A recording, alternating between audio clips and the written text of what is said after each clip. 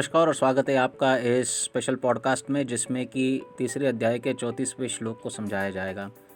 इंद्रियस्य इंद्रियस्यार्थे रागद्वेषो व्यवस्थितौ तयोर्न वशम आगच्छेत तौ ह्यस्य परिपंथिनौ। तो इसमें कृष्ण कहते हैं कि इंद्रियस्य इंद्रियस्यार्थे, इंद्रियस्यार्थे का अर्थ है सेंस ऑब्जेक्ट्स। सेंस ऑब्जेक्ट्स का मतलब है रूप, रस, गंध, स्पर्श, शब्द।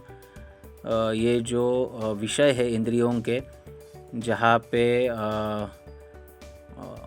फॉर्म, टच, स्मेल, साउंड और टेस्ट, ये 5 विषय जो कहे जाते हैं।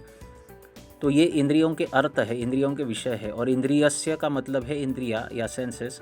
तो सेंसेस और उनके ऑब्जेक्ट या सेंस ऑब्जेक्ट्स जो है इंद्रियस्य इंद्रियस्यार्थे, इसके प्रति राग और द्वेष ये नहीं होना चाहिए।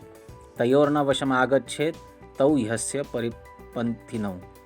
तो अगर किसी व्यक्ति में इंद्रिय विषयों के प्रति राग और द्वेष ये दोनों हैं, तो वो उसके आत्म साक्षात्कार के पथ पर एक बहुत बड़ा ऑब्स्टेकल है, ऐसा कृष्ण कह रहे हैं। अब ये राग और द्वेष का अर्थ क्या है? राग का अर्थ है अनुराग यानी आसक्ति, और द्वेष का अर्थ है द्वेष यानी अनासक्ति। तो इन सेंस ऑब्जेक्ट से आपको आसक्ति भी नहीं होनी चाहिए, अनासक्ति भी नहीं होनी चाहिए।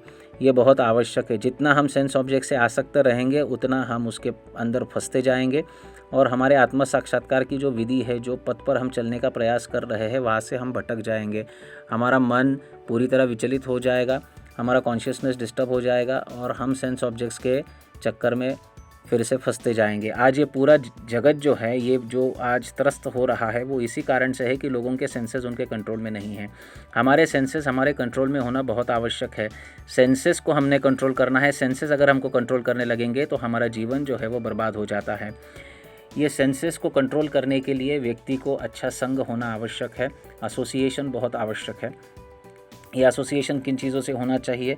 अच्छे लोगों के साथ, अच्छी बातों के साथ, अच्छे पुस्तकों के साथ, अच्छे आहार के साथ, अच्छे विहार के साथ एसोसिएशन होना चाहिए, जिसमें आपका सेंशुअल अटैचमेंट ना बढ़े। ऐसे परिस्थिति में आपका जितना ज़्यादा एसोसिएशन रहेगा, उतना ही आप अपने आप को रेगुलेट और कंट्रोल कर पाओगे।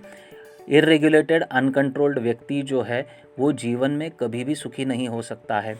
अगर कोई सेटिस्फाई नहीं है, कोई सेटिस्फाई होना ही नहीं चाहता है, तो इस त्रिभुवन का पूरा धन अगर लाकर उसकी झोली में डाल दे तो भी वो कभी सेटिस्फाइड नहीं रहेगा।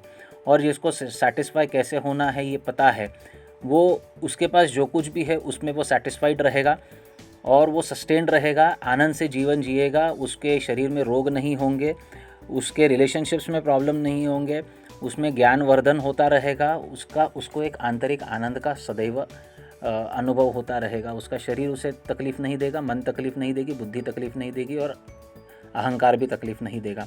तो इस प्रकार से इंद्रियों के विषयों के प्रति अनासक्ति और आसक्ति, ये दोनों से दूर रहना चाहिए। इसका मतलब क्या है? इक्विपॉइज्ड होना चाहिए। जो हमारे जीवन में सुख दुख आ रहे हैं, उसको take it as they come and just go on experiencing it rather than hating them और rather than wanting them। तो ये राग और द्वेष दोनों ही नहीं होने चाहिए। अगर सुख मिलते हैं तो भी उसे उसी प्रकार से हमको भोगना चाहिए कि ठीक है, ये तो भगवान की कृपा से आए हैं, कल नहीं थे, आज सुख आए हैं, अब आने वाले भविष्य में भी नहीं होंगे। उसी प्रकार दुख के प्रति भी हमारी यही भावना होनी चाहिए कि कल हमारे जीवन में दुख नहीं था, आज है। अगर कल नहीं था, आज है, तो फिर आने वाले कल में भी वो नहीं रहने वाला है। तो कोई भी दिन परमानेंट नहीं होता है, समय के साथ सब बदलते रहता है। इस भावना को चलते हुए जो भी हमें प्राप्त हो रहा है या जो भी हमसे छीन लिया जा रहा है, उसके प्रति हमको इक्विपॉइज्ड रहना चाहिए। अगर ऐसा इक्विपॉइज्ड व्यक्ति रहेगा और अपने आत्म साक्षात्कार के साधन में, अपनी साधना में रत रहेगा, अपने प्रयासों में रत रहेगा, तो उसके जीवन से आनंद को कोई नहीं छीन सकता है। भले ही पदार्थों को छीन लिया जाए हमारे पूर्व कर्मों की वजह से, लेकिन हमारे जीवन में आनंद कायम रहेगा और आनंदी जीवन जीना, यही सबसे बड़ा सार है। अगर आप जीवन में कुछ भी करके आनंदित नहीं हो तो उस जीवन का कोई फ़ायदा नहीं है। इस सत्य को जो समझ पाएगा वो जीवन में सदैव सुखी रहेगा, स्वस्थ रहेगा, तंदुरुस्त रहेगा। उसको लोगों के साथ उसके रिलेशंस अच्छे रहेंगे, उसकी एक अच्छी पर्सनालिटी डेवलप होगी और आनंद से जीवन जी पाएगा। तो यही इस श्लोक का सार है, इसको पालन करना आवश्यक है। कुछ और अगर आपके मन में जिज्ञासा है, प्रश्न है, तो अवश्य पूछते रहिए और हम पॉडकास्ट के द्वारा उसके उत्तर देते रहेंगे। बहुत बहुत धन्यवाद।